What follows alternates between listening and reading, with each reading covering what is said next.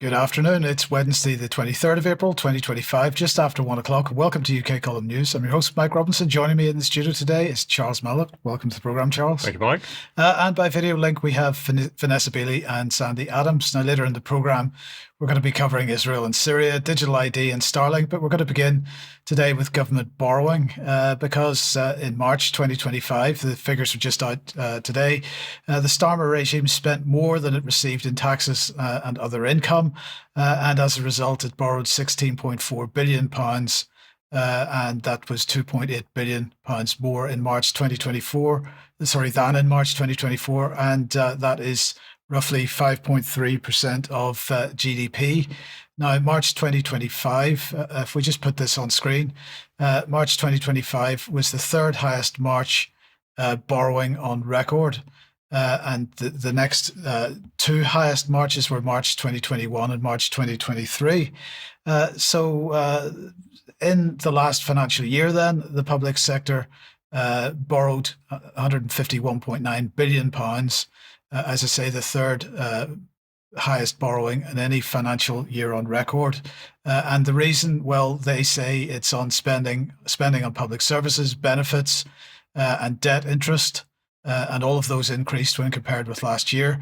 But of course, debt to GDP is still around the 100% level. When we look at historically, we see that actually we're really seeing levels of debt to GDP that we haven't seen since we were coming out of the Second World War and paying down the debt from the two world wars and during the 20th century. It is quite incredible how, particularly since the financial crisis crash of 2007, 2008, it has just gone through the roof, and it's got nothing to do particularly with party politics.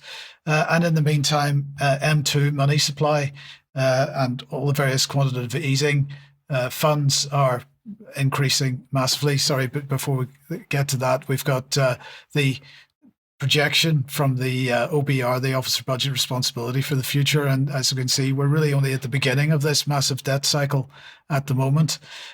So just getting started, the question then is why and what is this money being spent on? As I say, the British government claiming that it's on benefits and other things, but of course war spending is an increasing reason for the rises, and of course Putin is the excuse. The rhetoric just doesn't change. They repeat themselves ad nauseum.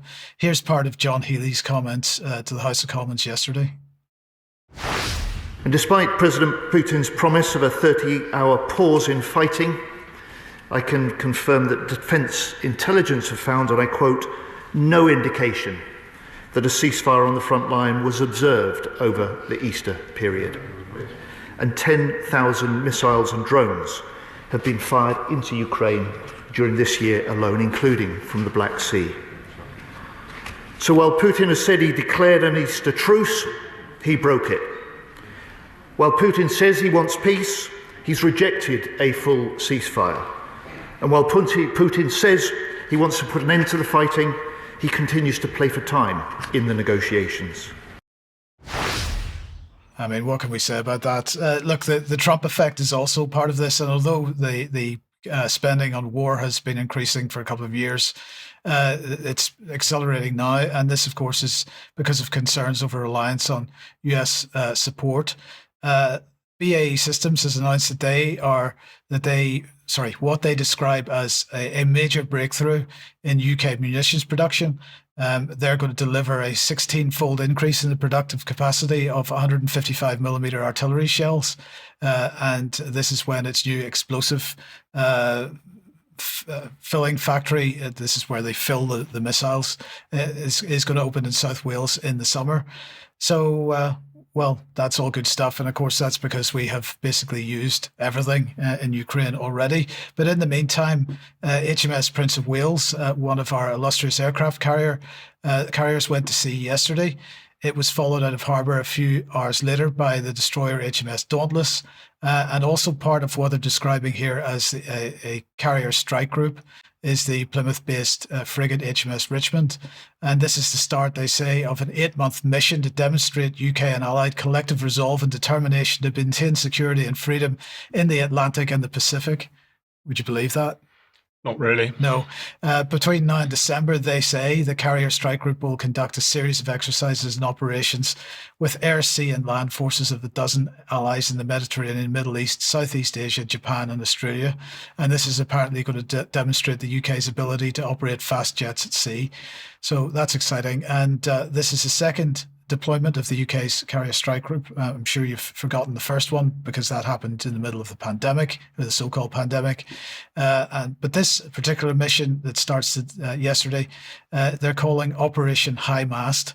And they say that it's occurring with a changed world order and even more volatile geopolitical situation. So, well, there we go. Look, I think we need to get a grip on regime spending in the UK. Stopping the war narrative would be a great start. Massively downsizing government would be another step in the right direction. But just to end this segment, I want to get a brief comment from Vanessa on this. I wanted to highlight this pretty obscene tweet from David Lammy, the Foreign Secretary. He's saying that children should never be should never be the pawns of war. In 2024, I spoke to Ukrainian children who'd been forcibly deported by Russia but were later returned to their families. For the British government to accuse any other country of stealing children is unbelievable hypocrisy. Lammy even acknowledges in that tweet that Putin was giving the children back. But how many children does the British government give back once it grabs them? Not very many. In fact, none. Probably be a more accurate answer. But Vanessa, what are your thoughts or your comments on that statement from Lammy? Well, I think this refers to the Ukrainian children that were taken from their areas now under the control of Russia in Donetsk and Luhansk. Children that I saw at the end of 2022 when I visited Eastern Russia, where many of them were living in really good refugee centers, holiday camps, with their parents or without them, with families, with psychological care, food, schooling, education, until they could be returned safely, as Lammy has actually admitted, to their parents once the Ukrainian forces that Lammy was supporting stopped bombing them. So yes, total hypocrisy. Yeah, absolutely. But let's stick with Lammy then. Yeah, I'm afraid so, but not directly, fortunately. But the protracted wrangling over the apparent pursuit of peace in Ukraine continues, despite the latest efforts in London being apparently snubbed by Marco Rubio, the American Secretary of State. Both he and David Lammy have taken to Twitter to put a positive spin on it, as though to suggest that there may really be a desire for peace and not an intentional prolonging of the conflict in order to extract the maximum benefit for the bankers and those with a hand in the reconstruction game. Now, Ukraine and the United States have signed in principle an agreement which will tie together the plundering of the country via the depletion of its minerals and its opening up to globalist corporations. Somewhat discordantly, the Ministry of Defence has just announced a new capability which, at just 10p a pop, will be able to deal, so they say, with the future drone threat, or specifically a drone swarm. This is how they're describing the latest directed energy weapon. A radio frequency directed energy weapon really comes into its own in being able to reach out and shut down electronics at range. An RF weapon is using radio frequency energy to get into that target and disrupt or damage its components directly. It is able to interact with the target instantaneously and then leave a lasting effect. The kind of weapon system that this project enables us to work towards, it's about equipping us for tomorrow's threats. And just how effective it will actually be and how it compares with the similar systems elsewhere remains to be seen. But this should certainly be seen in the context of the carrier strike group departure from Portsmouth, which Mike has just been talking about. And last year, we reported on the progress of the consortium-led Dragonfire system, also a directed energy weapon, which was talked up as being a potent piece in the armoury. What appears to set this latest drone swarm countermeasure apart is that it's being described as bolstering the government's approach to national security under the Plan for Change. There's no articulation of where the threat by drone comes from, but as the war rhetoric abates where Russia is concerned, the government has switched fire to Iran, consistently reported as being a supplier of drones to the Russians. My apologies, I've gone on too far. There is no shortage of material online to suggest that Iran really does present a credible threat in this regard, and this is fuel to the fire concerning the narrative surrounding the imminent danger that the UK faces from that country. And not only is Iran reported to have a substantial drone warfare capability, but it's believed to have countermeasures, in this case built and supplied by a Chinese company. Now, whether or not this latest bit of kit will be or is already a part of the carrier strike group deployment, not clear. The government's announcement about the directed energy weapon states that it is in response to the changing nature of war. However, as this graphic from the Kiev Independent shows, the nature of war never changes, spoils to the victor, and the only thing not quite clear at the moment is exactly who the victor will be. It just seems unlikely to be the Ukrainian people. Indeed. Vanessa, let's come to you then. And well, we're moving to Israel, but perhaps not a topic that, or an aspect of the Israeli conflict that people will be expecting. Yeah, it's very much an aspect of Israeli society. This was a report that was published only a few days ago, actually in Hebrew media in Israel Hayom. I've effectively paraphrased it and reviewed it at my Substack so people can read further details. There, girls raped in ritual ceremonies revealed the horrors. Investigative report by Israel Hayom. I'll just take one of the testimonies that was contained within the report. This is from someone, all of the testimonials were given a pseudonym to obviously protect their identity. They're mostly talking about religious, ritual, ceremonial mass rape of children. And she says it's always a dark place. There are between 6 and 9 men there. They tie me to a bed, stand in a circle, mumble prayers or blessings. And there is a rabbi who always leads the ceremony. There's a ceremony and every one of them rapes me. So this is considered to be very prevalent in the ultra-Orthodox Jewish circles. Back in 2013, New York Rabbi Rosenberg also talked about child rape assembly line. So it's not something new. And also recently, in the last few days, there has been a video put out by Shoshana Struk, if I can just have the tweet up, thank you, who's the daughter of the Israeli settlements minister, Orit Struk, who you can see in the photograph there, who in the video is talking about taking out legal proceedings against her family, including her brother, who when she was a child raped her repeatedly, filmed it, and then circulated the video. So as I said, this is not something new in Israel, and all of the reports that I'm basing my accounts upon are Israeli reports. And so this is taken from 2012. This was also relating to the Haredi community, the ultra-Orthodox community in Israel itself, talking about a pedophile ring within that community. He masterminded systematic rape of over 100 kids. The Nalawat community reels from the largest pedophile abuse case in the nation's history. At least 3 of the 10 suspects remain free. And it's also worth mentioning that 80% of the cases that are brought to the attention of the police and the legal system in Israel are not finally prosecuted. 60% of those that are consist of abuse by female and male against children under the age of 13.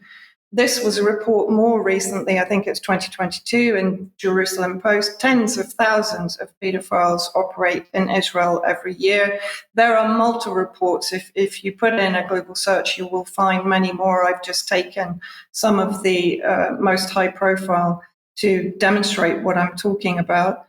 And if we look at the legal failures, this is from an NGO, Humaniam, who put out an article, October 2024, failures in Israel's legal system, particularly around pedophilia. Offenders exploit Israel's law of return to evade consequences in other countries.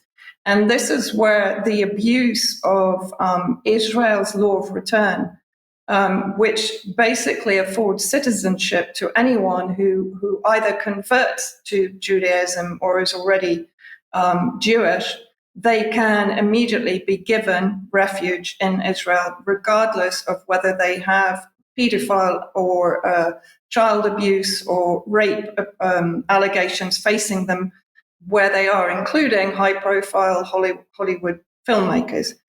And then, of course, we have to relate this to what's going on by the Zionist forces against Palestinians in custody. This is a report, again, another recent one by the OCHR. Israel's escalating use of torture against Palestinians in custody, a preventable crime against humanity. UN experts, and let's have a look at one section of that report. Countless testimonies by men and women speak of detainees in cage-like enclosures, tied to beds, blindfolded and in diapers, stripped naked, deprived of adequate healthcare, food, water, and sleep, electrocutions including on their genitals, blackmail and cigarette burns. In addition, victims spoke of loud music played until their ears bled, attacks by dogs, waterboarding, suspension from ceilings, and severe sexual and gender-based violence. And that includes mass rape of children. There is, again, extensive witness testimony of that. Also by female guards in the Zionist prisons. And of course, we have the very recent case of the sodomization of Palestinian prisoners at State Amman, one of the most notorious prisons in Israel.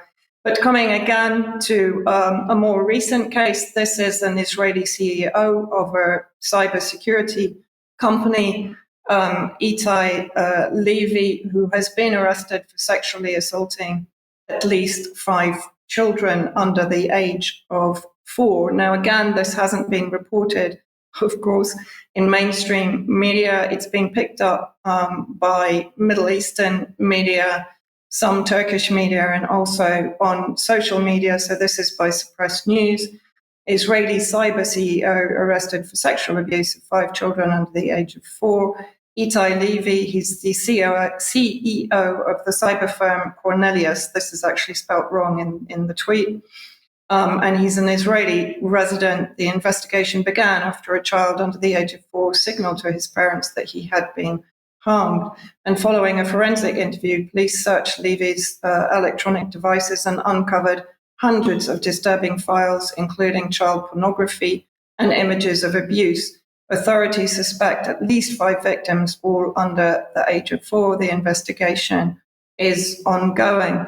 And I just want to have a look, because we've been talking about the Zionist infiltration into all sectors of society in the West, but particularly in the UK and the US and the EU. So what is Cornelius, the company that Itai Levy founded, and he was formerly the CEO. His name has now been removed from the website. It is a cybersecurity outfit that was founded back in 2014. It doesn't yet, to my knowledge, have operations in the UK, but it does have operations in the US, in California, and in New York, in Moldova, and Poland.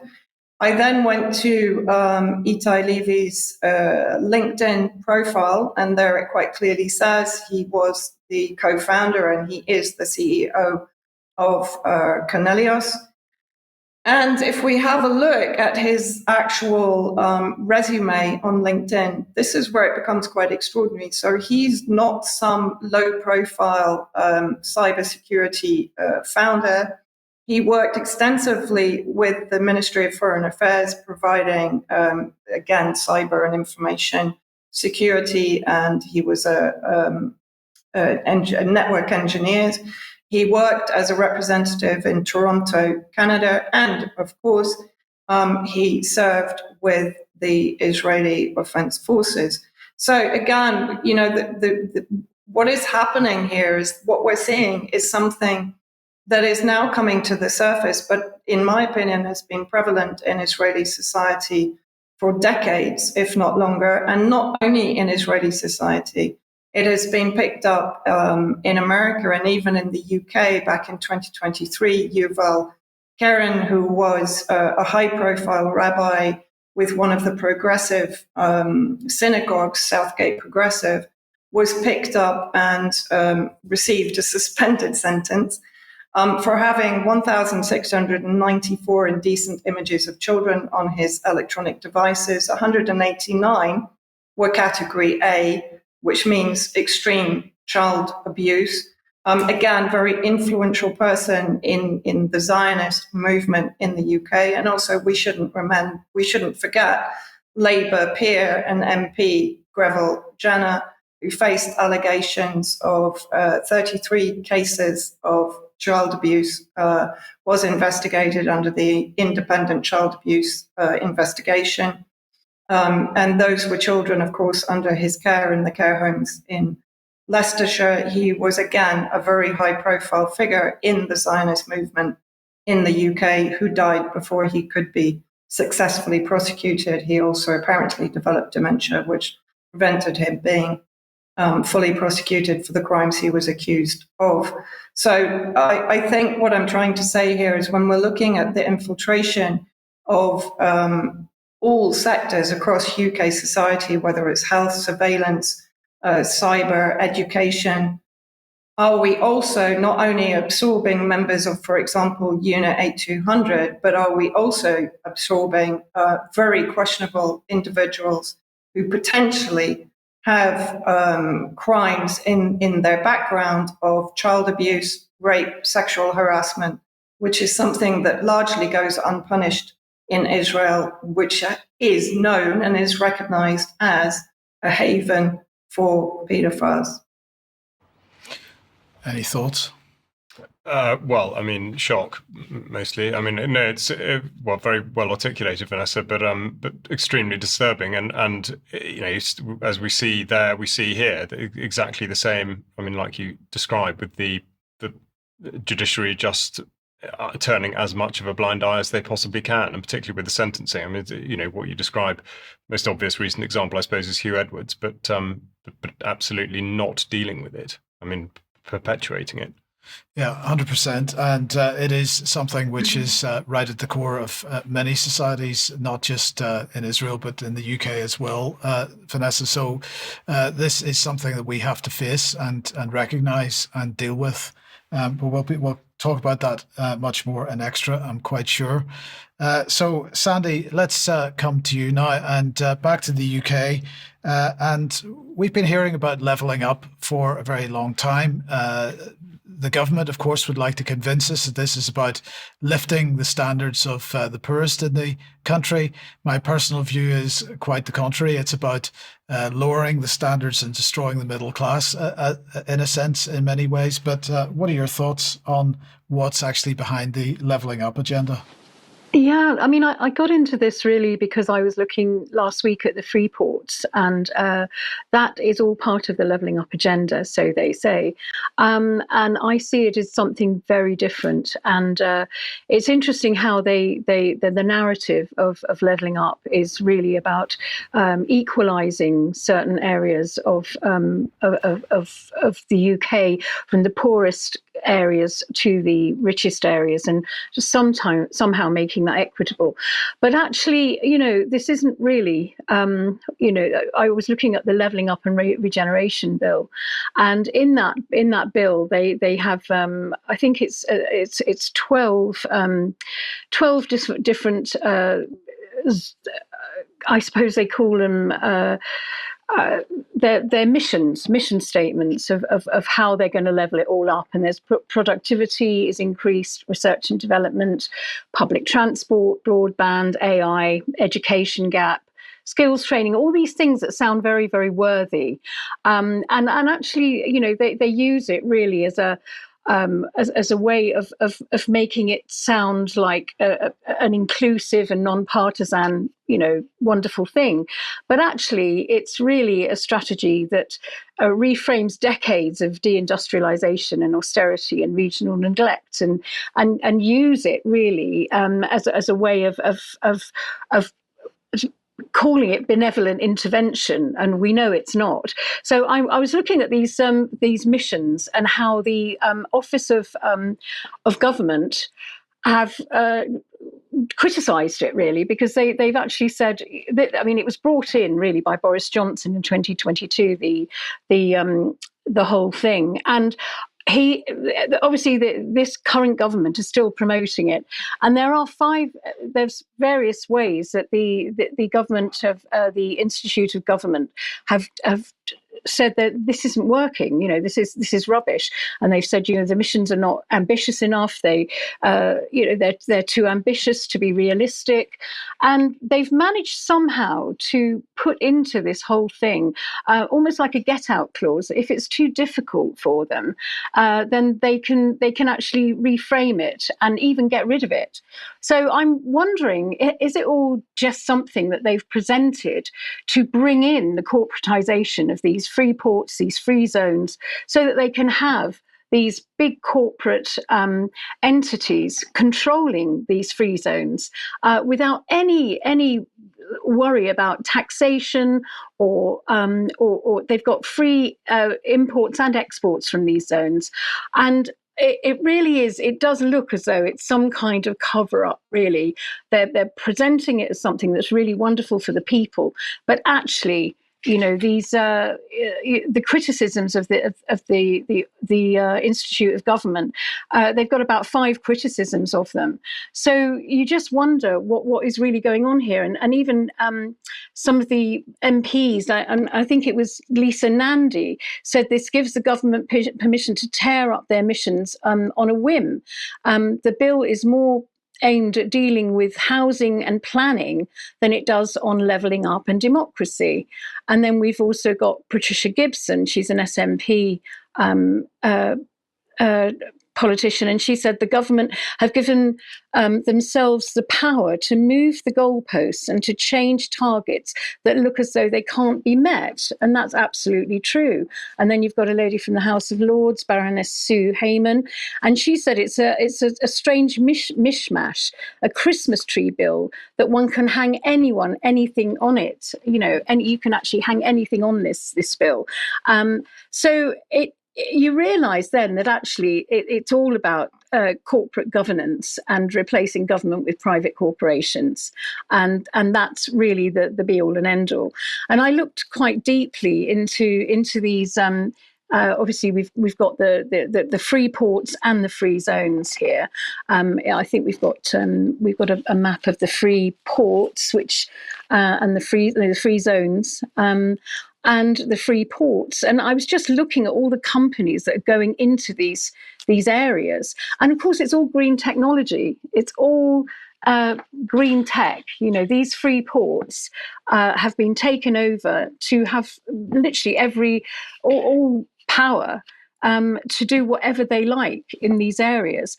And, we've got Murray, which is Murray UK, which is the one in Plymouth, which is all about underwater AI systems and marine systems. And it's in partnership with Plymouth University. And then we've got Pensana, on Humberside, which is mining rare earth. It's a rare earth processing plant for EV batteries and AI technology. And we've also got SEAH. I don't know how you pronounce all that, but it's making wind turbines. And that's owned by the Chinese, along with British Steel, which I believe is co-owned by the Chinese anyway. And then we've got Teesside Works, and they're building net zero power and Northern, I think it's Endurance Partnership. So all of this is really about bringing in technocratic governance. It's and building up that, hollowing out Britain. And using all this green tech, which is failing anyway. Nobody's buying EV batteries. So where is this? What is the whole thing with this? Is it just control of the ports? But they seem to be using these big corporations, and I really feel that Britain, it's bargain basement Britain. It's up for the highest bidder. Whatever millionaire wants to come in and buy up and use these free zones can come in, and literally anything can go through those ports, and that's what I'm particularly worried about. these levelling up white papers are closely tied to free ports and investment zones, which are effectively special economic zones with reduced regulation, tax breaks, and often outsourced governance. They can become private enclaves of corporate control, and they undermine national sovereignty, labour rights, and environmental protections under the guise of growth. So we've got all of this going on. And the levelling up, it's a velvet glove really it's an iron fist of centralised technocratic transformation. It cloaks economic zoning, data-driven governance, and it really, it's using the language of fairness and opportunity, which it's not. It's not what it says it is. And at the end of the day, we've really got to think about what this really means. It's not about lifting people out of poverty.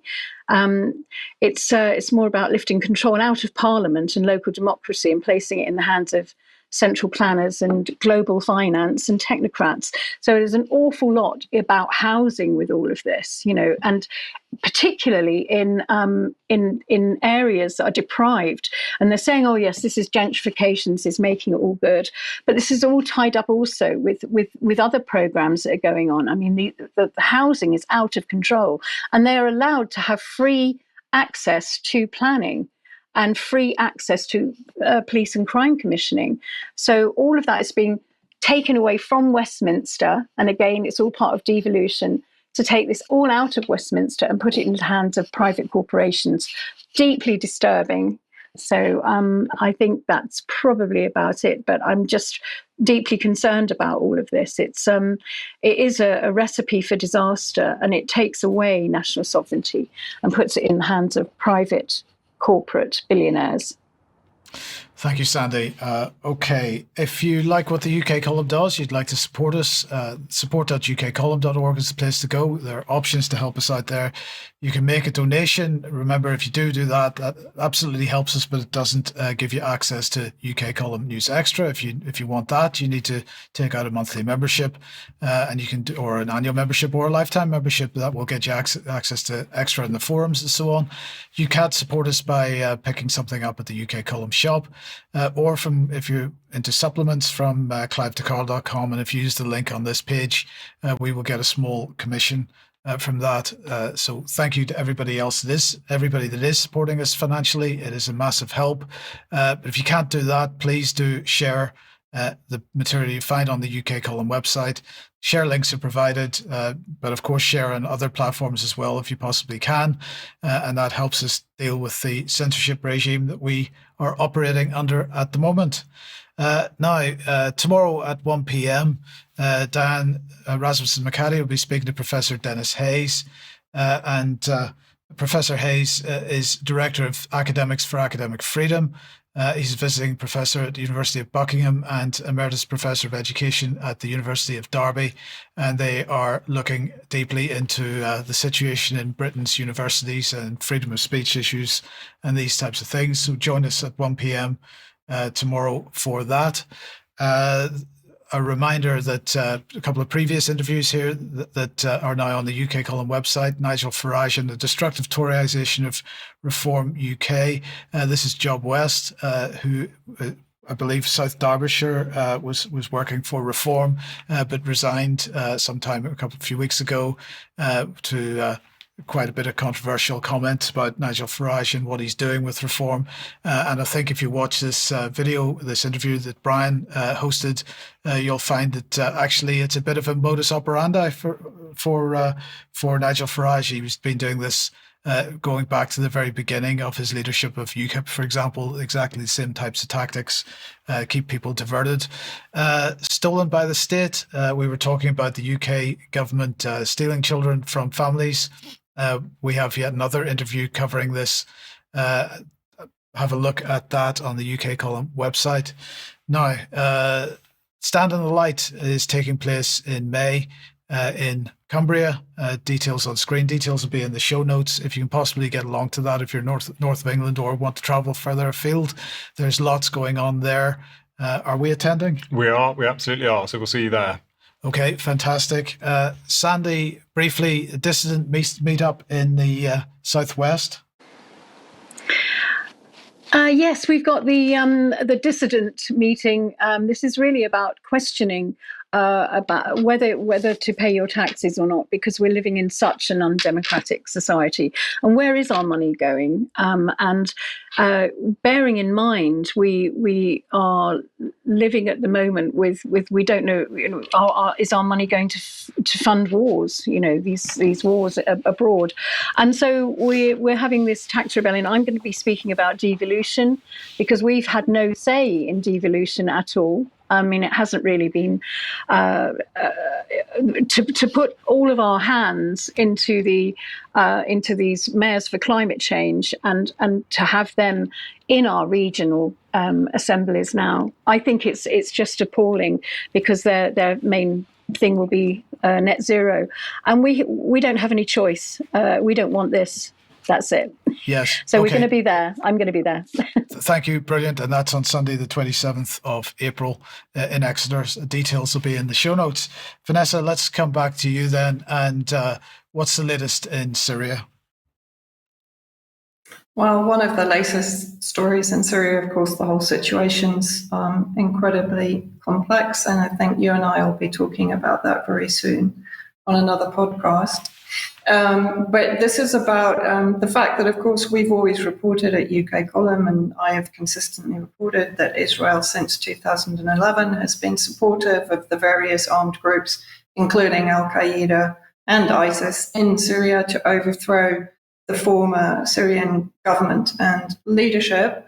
And here we have further proof of that. Just prior to the attack on Aleppo, the Jolani forces were talking about normalization with Israel as one of the conditions that they be allowed to advance as quickly as they did. Very recently, Jolani meets with Israeli puppet Mahmoud Abbas, who is the leader of the Palestinian state in the occupied territories, but is also responsible for many of the reprisals against the actual Palestinian resistance in the occupied territories. But interestingly, very recently, I think in the last 2 days, there were 2 US Congress members who paid what is being termed as an unofficial visit to Syria as the US mulls sanctions relief, sanctions, of course, that were imposed as a collective punishment on all the Syrian people, while being described as targeting only the Syrian leadership. So 2 US lawmakers, Marlin Stutzman, Republican congressman from Indiana, and Corey Mills from Florida, also Republican, came to Syria and met with Jolani. You, of course, may well know him better as Ahmed al-Shara. That's his rebranding to try and avoid the labeling of him as leader and founder of Al-Qaeda in Syria, and, of course, for the terrorist crimes that he committed and is continuing to commit against the Syrian people. So let's have a listen to what Corey Mills said in an interview with Arabic media. I think it was actually during his visit to Damascus. Let's have a listen. Well, having shared a border with one another, it's important for Syria and Israel to have strong relationships. I think that the president and the leadership has demonstrated their willingness to work with Israel as they looked at preventing Hashd al-Shaabi from transitioning weapons out of Iraq through Syria and into Lebanon. I think that the president has been very clear that he looks to establish and maintain a strong relationship, that he wants to be a good neighbor. And so I think that this is very re-encouraging for the American people and for the American president, who put in place the historic and monumental Abraham Accords. And so I think that looking forward at a strong Israel and Syrian relationship, looking forward with a strong Iraq-Syrian relationship, as well as for that in the West, is really key. But the message that I heard from the foreign affairs minister, as well as for the president, is that they look forward to developing and building strong allies. They look forward to trying to partner with the West, and that they're not going to allow this to be a safe haven of terrorism for the Iranian regime or a proxy state. But of course, it is a haven for Al-Qaeda that is continuing to commit genocide against Syrian minorities, not only the minorities, even the Sunni Muslim communities that is the majority in Syria is coming under attack now, particularly if they protect the Syrian minorities. But what is interesting is that what it became very obvious, these are the conditions for lifting the sanctions on Syria. So they're the conditions that Giuliani has to meet, which is effectively normalization with Israel under the Abraham Accords, which of course were put in place by Jared Kushner, Trump's son-in-law, back during Trump's first administration. And what happened immediately after the visit of Corey Mills and Marlin Stutzman, Syrian security forces, meaning Al-Qaeda rebrands, detained Palestinian resistance leaders. They actually arrested leaders of the Palestinian Islamic Jihad and the Quds brigades. Now, previously, Giuliani had also disarmed and dissolved all of the Palestinian armed forces in Syria, including the Liwa al-Quds, which were actually part of the Syrian Arab Army itself, and closed all the offices of the Palestinian resistance factions. He basically rescinded Palestinian citizenship and basically converted them back into being refugees, something that Syria was always against. He disclosed the positions of Palestinian leaders for targeting by Israel since December 2024, imprisoned resistance fighters. And of course, this is while Israel is conducting ongoing assassinations of resistance leaders in Lebanon, and Palestine. So effectively, it's becoming very clear that Giuliani, if he wasn't before, is rapidly becoming a stooge for Israel in Syria.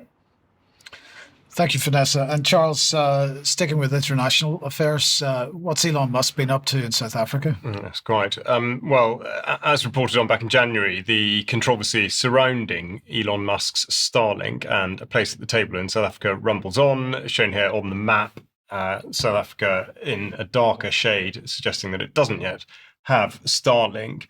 But the question I concluded the report by asking was whether a country does actually want to grant Starlink effective control of almost all communications and, of course, access to all of the data passing back and forth. South Africa, for now, does not, though this seems to be an inadvertent consequence of its black economic empowerment laws upheld by the Independent Communications Authority, which prohibit a business from operating in the country unless it is owned to at least 30% by black South Africans.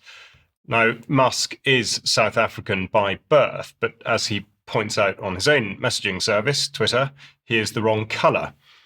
Now, the lever Musk has attempted to use is the introduction of a Tesla manufacturing plant, apparently bringing prosperity to the country, which, for a start, is a highly questionable form of incentive.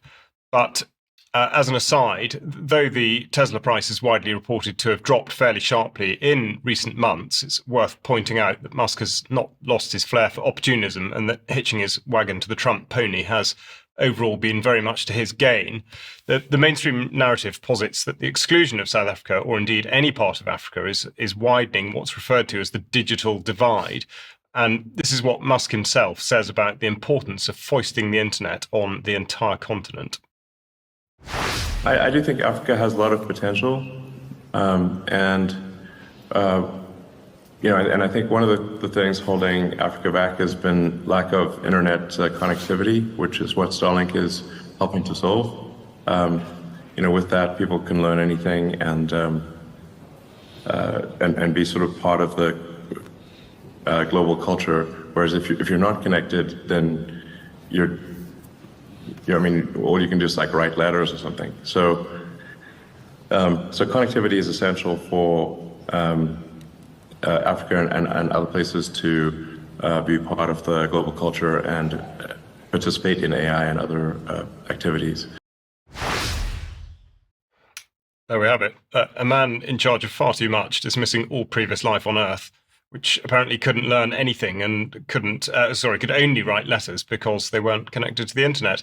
The reason this is relevant is not so much because of the specific outcome for South Africa, but rather because it shows how these projects are designed and funded and pushed out for the benefit of everyone except the end user. Specifically, this goes back many years, and this particular initiative for Africa was well documented in 2017 at the World Economic Forum meeting in Kigali, a place that their global shapers got to work on controlling Africa. And we'll now listen to Janet Longmore of the Digital Opportunity Trust and what she said about connecting Africa to the internet.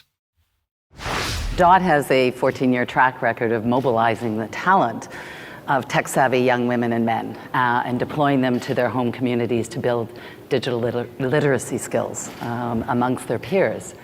And under the Northern Corridor pilot initiative, we've partnered with the government of Rwanda for a very innovative, ambitious program that we are bringing to this initiative as well. It is called the Digital Ambassadors Program. And imagine in your mind thousands of very tech-savvy, talented young women and men who will be deployed to their home communities to build digital literacy skills amongst the people.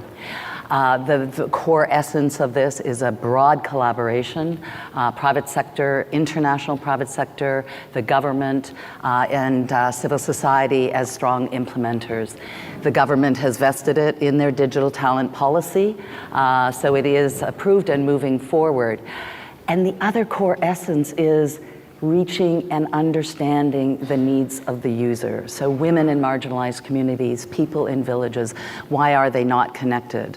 And what we have learned and what young people know is unless digital skills are relevant in a local context, people are not going to pick up because it's a high value proposition for them. The very definition of a public-private partnership. The DOT, the Digital Opportunity Trust, is but one of many organisations channeling funding from corporations and philanthropists into these sorts of initiatives.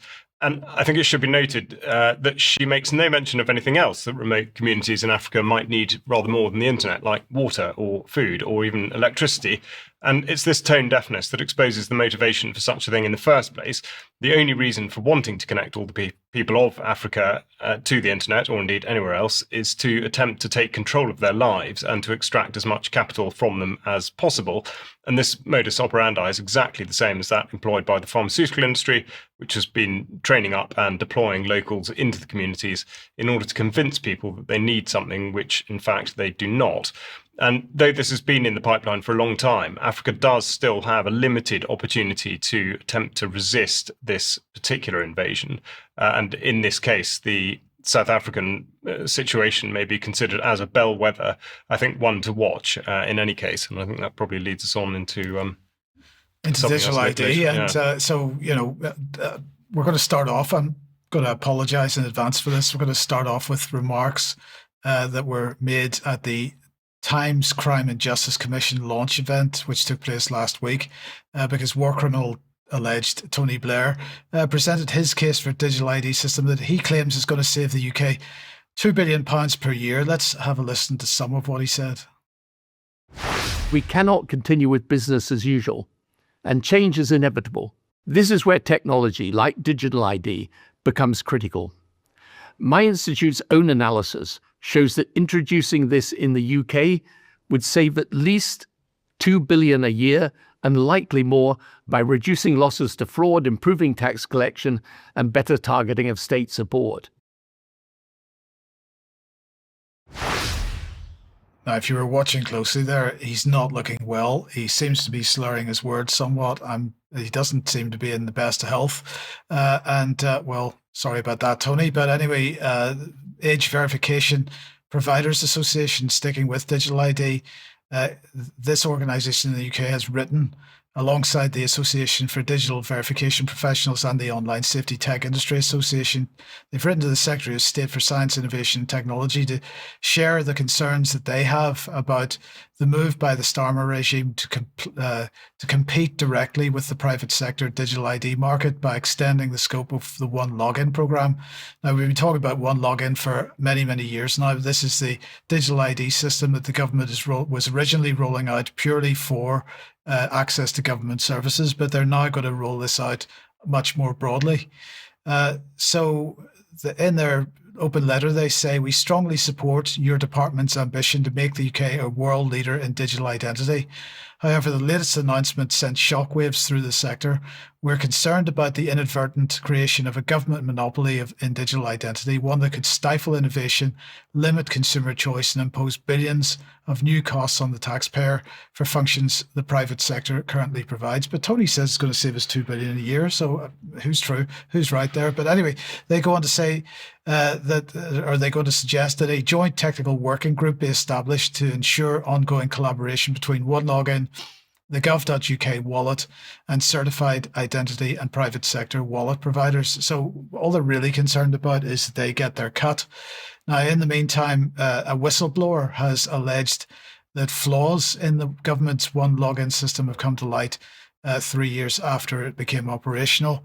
The issues have reportedly been confirmed through an internal investigation by the Government Digital Services Chief Information Security Officer. And the whistleblower claims that the potential problems around the information security of OneLogin, which were originally reported to the Government Digital Services executives in July 2022, still have not been resolved. Allegedly, some of the work on the £300 million system was outsourced to Romania, and this country has been identified as one of the, quote, greatest cyber criminal threats in the world by various researchers. Meanwhile, in the United States, there's a massive scramble to get hold of its digital ID. Well, not wholly digital, but certainly its new real ID system, because from the 7th of May onwards, everyone will need some kind of real ID enabled driving license or passport or digital ID in order to take domestic flights within the United States. Now, real ID is, as I say, not totally digital, but it's certainly heading in that direction, with a host of private digital ID providers queuing up to get involved. Very similar business model being created, it seems, in the United States to the United Kingdom. I'm sure that's just a coincidence. Yes, well, we shall see. But no, I mean, it seems to be the way it goes with all of these things. If necessary, provide a physical object first and then convert it into something digital, which you can never get back out of. Indeed. Now, Sandi, let's come back to you and freedom of speech in Glastonbury. Yes. Well, as I spoke last week, Clive de Carle and myself have been banned from speaking at the town hall in Glastonbury because they've deemed us conspiracy theorists. And of course, there's been a groundswell of support for us, which I think is really heartfelt, and I'm really appreciative to anyone that has written to the clerk of the town hall and voice their dismay at this, because actually we have to keep freedom of speech alive, and it's almost like a mirror of everything else that's going on in our world. And if you let it happen in your own town, then it can happen anywhere. And so, but what's been quite interesting is that the ex-mayor, who is she was the one that really got very, very angry with my efforts to try and get them to debate net zero in 2023.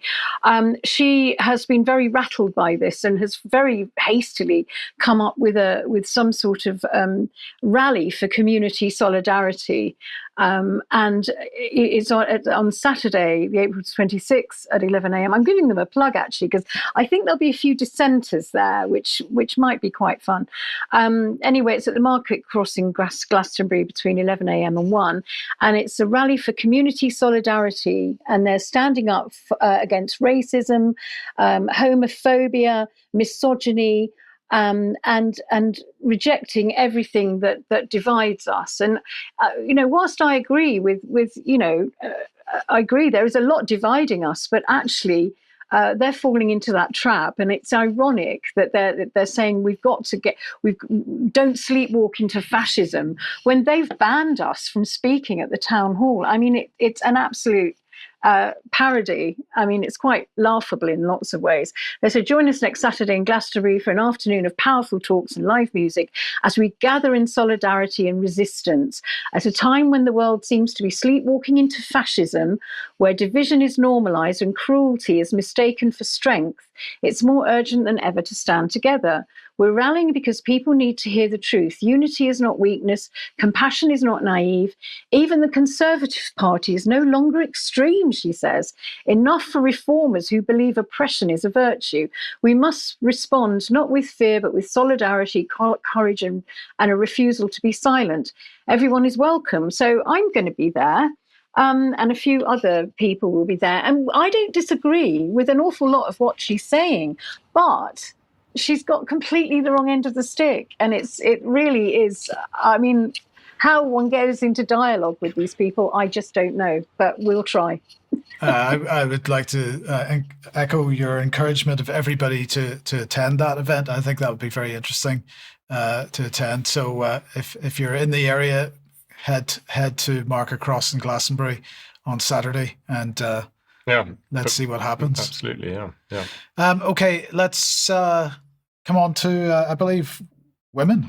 Women and the Supreme Court. Yes, back in November last year, I reported on the case which was brought to the Supreme Court in London by For Women Scotland. Can we just concerning the interpretation of the definitions and the protected characteristics as set out by both the Gender Recognition Act 2004 and the Equality Act 2010. In essence, what constitutes sex and or gender, and what a man or a woman actually is. Now, before going any further, I think it's worth reflecting on the fact that in a society that's described as both civilized and progressive, we are, first of all, confused by such definitions, and secondly, we require a Supreme Court to try to make sense of it.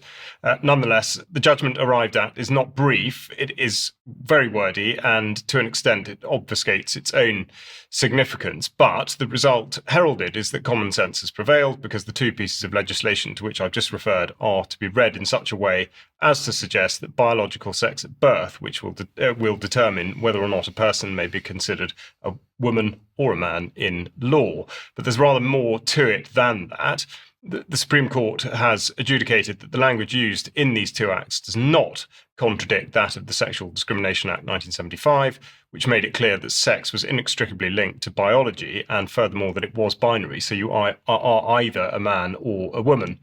So with regard to the misuse of the definitions, the Supreme Court has now stated that, quote, we can identify no good reason why the legislature should have intended that sex-based rights and protections under the Equality Act 2010 should apply to these complex heterogeneous groupings rather than to the distinct group of biological women and girls, or men and boys, with their shared biology leading to shared disadvantage and discrimination faced by them as a distinct group. Slightly confusing language, but in effect saying that the legislation is much more simple than it's been taken as being. Now, the fact this is being reported in a news programme at all shows just how far, of course, the judiciary in particular has been blown, and the relentless pressure from the outside and the continued insistence that anyone can be any gender and that this overrides the significance of biological sex has undoubtedly been succumbed to.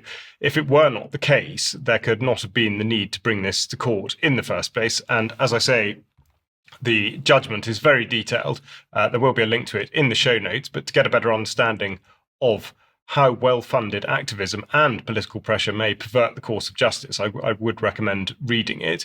The other significant detail in the judgment is the impact upon people with what's called a gender recognition certificate, who had been led to believe that holding such a thing made you belong to the sex of your choice. This is not the case, and it never was. However, since there are protections for those undergoing what's called gender reassignment, this should be considered a red herring. But of course, given the intensely emotional and vitriolic nature of the debate, it's the grey areas like this which look set to keep the level of tension high and indeed perpetuate it. Fortunately for the Labour government, the voting public have terribly short memories, for otherwise they would remember some of the remarks from their upper echelons. Keir Starmer said not too long ago that saying that only women have a cervix is something that shouldn't be said. And David Lammy said that women who value women-only spaces where they feel safe from male violence are dinosaurs who want to hoard rights. So that is where we are. It's 2025, and we need the highest court in the land to tell us what is a man and what is a woman. Turns out it was written down perfectly correctly in the first instance. So there we are. That leads us. Well, David into... Lammy has featured quite a bit on this program today, and we're going to have to end with David Lammy as well. I'm afraid we are, and in the spirit of not discriminating, it should be made clear that abject ignorance is no barrier to holding high office. And we look back to 2013, obviously considering the news that the Pope has died recently. Back in 2013, the BBC put out a tweet that said, live video, chimney of Sistine Chapel as conclave votes for Pope. Will smoke be black or white? And David Lammy responded on Twitter, not ironically, saying, this tweet from the BBC is crass and unnecessary. Do we really need silly innuendo about the race of the next Pope? So there we are, in the incredibly unlikely situation that you're not sure what that refers to. The colour of the smoke coming out of the chimney, of course, has absolutely nothing to do with the colour of the Pope, but nonetheless, it has prompted somebody to ask an artificial intelligence bot, or whatever it's called, to create a fictional image of Lammy himself, were he to hold that particular office, and indeed a bucket of what looks like Kentucky Fried Chicken. Yes. So there we go, with apologies to anybody that's shocked by this image and the many references to David Lammy in this programme. Yes, indeed. Well, look, we've got to leave it there for today. I'm going to say thank you very much to Vanessa and to Sandi for joining us today. Thank you all for watching. We'll be back in a couple of minutes' time if you're a UK column member for some UK Column News Extra. Don't forget the interview at 1 p.m. tomorrow. And we'll be back at 1 p.m. on Friday, as usual, for another UK Column News. We'll see you then. Thanks for joining us. Bye-bye. Bye-bye.